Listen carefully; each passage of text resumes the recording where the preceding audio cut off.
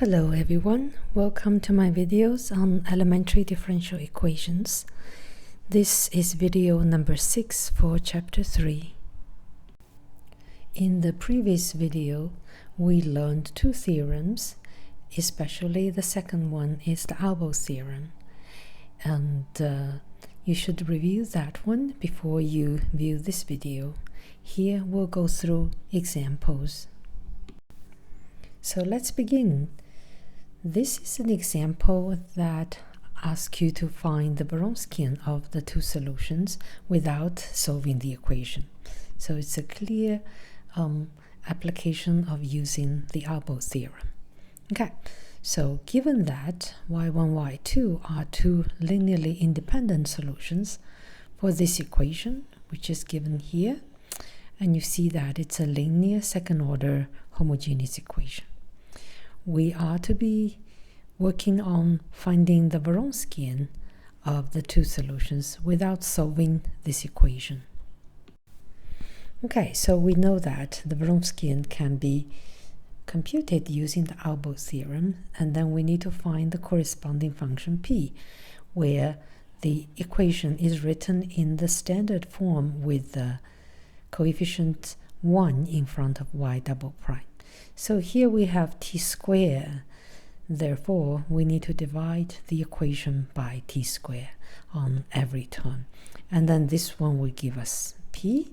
So p is negative t times t plus 2 over t squared. And let's cancel one t and we'll get t plus 2 over t. Okay, so we see this expression will give us a bounded function for t not equal 0. Okay, now let's apply Abel's theorem. Abel's theorem says the Wronskian of the two solutions is some constant times exponential of the integral of negative p. Okay, so let's put in the negative p here, which will get rid of the negative sign. So this will be the function. So we'll need to integrate this function, and which is not a difficult thing to do. You can break this up into 1 plus 2 over t, and each term can be easily integrated.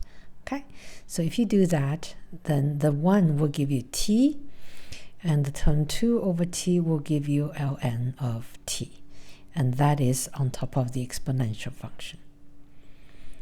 Then you can use the break the summation here of the power into product. Okay, then you would have c times e to the t times e to the this power. And this power is the same as e to the ln of t squared. You can move the 2 over. Then cancel the exponential function and the log function. You just get t squared. Therefore, we have that. Okay, if you want, you can pause and work out this little detail by yourself to be confirmed that this is the final form. Okay, so one thing you might want to say in your solution is, because of this constraint, then you will say that the solutions are defined either on the interval t less than 0 or on the interval t bigger than 0, but not on both. And which of this interval you would choose would depend on the initial condition, where the initial condition is given. If t naught is bigger than 0, then you would choose t bigger than 0, and if t naught is less than 0, then you would choose the interval from negative infinity to 0, the open interval. Okay, so before we move on to further examples, let's put this claim on just to simplify our wording. So from now on, when we say two solutions y1, y2 of the equation, we mean that these are two linearly independent solutions that can form a fundamental set of solutions. Okay, meaning you can use these to form the general solution.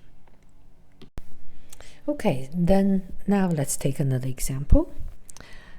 Okay, the problem is the following. if y1, y2 are two solutions of this equation, and it is given that the Wronskian of them at 1 is 2. Now we need to find the Wronskian evaluated at t equals 5. Okay, so we see that the first step is to find the Wronskian as a function of t. And then we see that we can use Abel's theorem, and here the function p would be 2 divided by t, because you want this coefficient to be 1 to fit in the standard form. Okay, so p is that, and then by using Abel's theorem, the Wronskian as a function of t will be constant c, exponential, and the integral of negative p, so we have a negative sign. And the integral of 2 over t is 2 ln of t. So sorry, I lost the 2 here. I'll add it in the notes. So exponential and ln is inverse of each other, and you can move the negative 2 to the here as power. So therefore, this just gives you t to the negative 2. Okay, so pay attention that we use this trick very often for the log function. We move the constant to the power of the content here, and we often use that. Exponential and natural log are inverse of each other and they cancel. Okay, so we know that Wronskian of the two solutions is c times t to the negative 2, where c is just a constant. Now for this problem, something is given, that is Wronskian evaluated t equal 1 is given to be 2. So we can use that information to find the c value actually. So we plug that in. When t is 1, this is just c, so and this has to be 2, so therefore c is 2. Okay, so once the c is found, then we know the Wronskian is just 2 times t to the power negative 2. To answer the question what its value will be for t equals 5, you just plug in and evaluate, and we'll have 2 times 5 to the negative 2, which will be 2 over 25. The next example looks like a curiosity on its own, but later we'll see that it has applications. Okay, so if we're given two functions f and g, and then we're given the Wronskian of f and g is 3 times e to the 4t, and then we are given one function, f is e to the 2t, and our job is to find the other function, g. Okay, so this can just be done by the definition of the Wronskian. By the definition, we know the Wronskian is f times g prime minus f prime times g. Here the function f is given, so let's plug it in. So f is e to the 2t times g prime minus f prime will be 2 times e to the 2t times g. And it says this shall equal to 3 times e to the 4t. Okay, so we have an equation here for the function g. And we see that this is a first order linear equation, and we know how to solve it. Okay, let's simplify a little bit. We can get rid of e to the 2t. We divide by that everywhere, then we get g prime minus 2g equals 3 times e to the 2t. Okay, you can solve it with your favorite method. Let's say the method of integrating factors, and to find the mu t, and then to find the function g by mu to the power negative 1 and integral of mu times gt, which is the right hand side, and then work out this integral and remember to add the arbitrary constant, and you get that. Now, since the example asks you to find a function of g, and then here we have an arbitrary constant, you can choose it to be anything to write out a convenient expression for g. And we see that we can just set c to be 0 there, and g will be 3t times e to the power 2t. If you want to double check, you can easily put this g and this f together back into the definition of the Vronsky and compute it, and you'll be convinced that this equation would hold. Now we want to show how Abel's theorem can be used to solve second-order differential equations and to handle situations that we could not handle so far. Okay, so now we have this equation, constant coefficient, second order, y double prime plus 2y prime plus y equals 0. I want you to find the general solution. Okay, let's try to solve it with what we already know. Let's set up the characteristic equation. So we'll get r squared plus 2r plus 1. That becomes r squared, that becomes r. That's what we have. And then to solve this quadratic polynomial, we see that this is just r plus 1 squared equals 0. Therefore, we have a double root. r1 equals r2 equals -1. So from the discussion we had so far, we know that y1 equals e to the negative t is a solution, since -1 is a solution to the characteristic equation. The question now becomes, how can we find another solution, y2, that is essentially different? That means it's linearly independent from y1. Okay, so let's apply Abel's theorem and let's find the Vronskian of the two solutions. Since we are just interested in finding one y2 here, we can apply Abel's theorem with a convenient choice for the c. Let's set capital C to be 1. Okay, so Vronskian of it would be c, which we'll set to be 1, exponential of integral of negative p, which is p is 2 here, dt. Okay, so that gives us integral of that will be just -2t. And let's just drop the c, we'll have e to the -2t. Okay, so by Abel's theorem, we now have this additional knowledge, that is, the Vronskian of y1 and y2 is a function we know now. And we also know y1 is this exponential function. So this basically reduces to the previous example, where you know the Vronskian of two functions and you know one of them, then you can find the other function. Okay, so basically the same thing, but let's carry out the details here. Okay, so let's carry out the detail by setting the whole thing up again.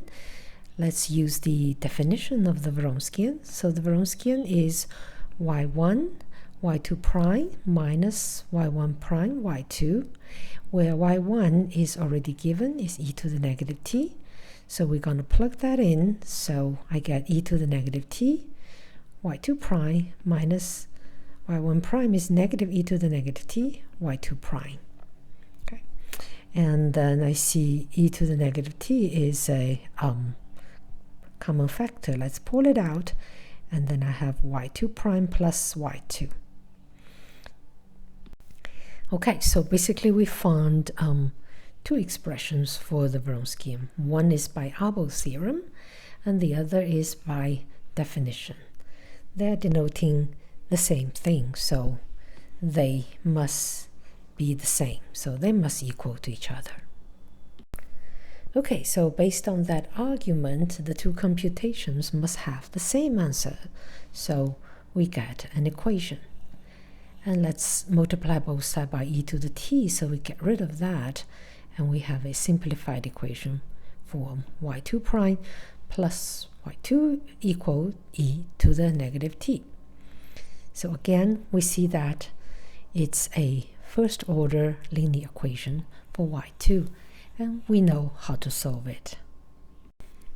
Okay, let's solve it by integrating factors. We find the mu t, which is e to the t, and plug that into the solution formula and work out the integral, which is just 1. You just get t, and then it plus an arbitrary constant c. So we see that y2 would be e to the negative t times t plus c. Okay, and we can pick a convenient choice of the constant c. We're just interested in getting a y2. Let's just put c to be 0. Then we see y2 is t times e to the t. And this is a second solution to the equation, which is also linearly independent from y1.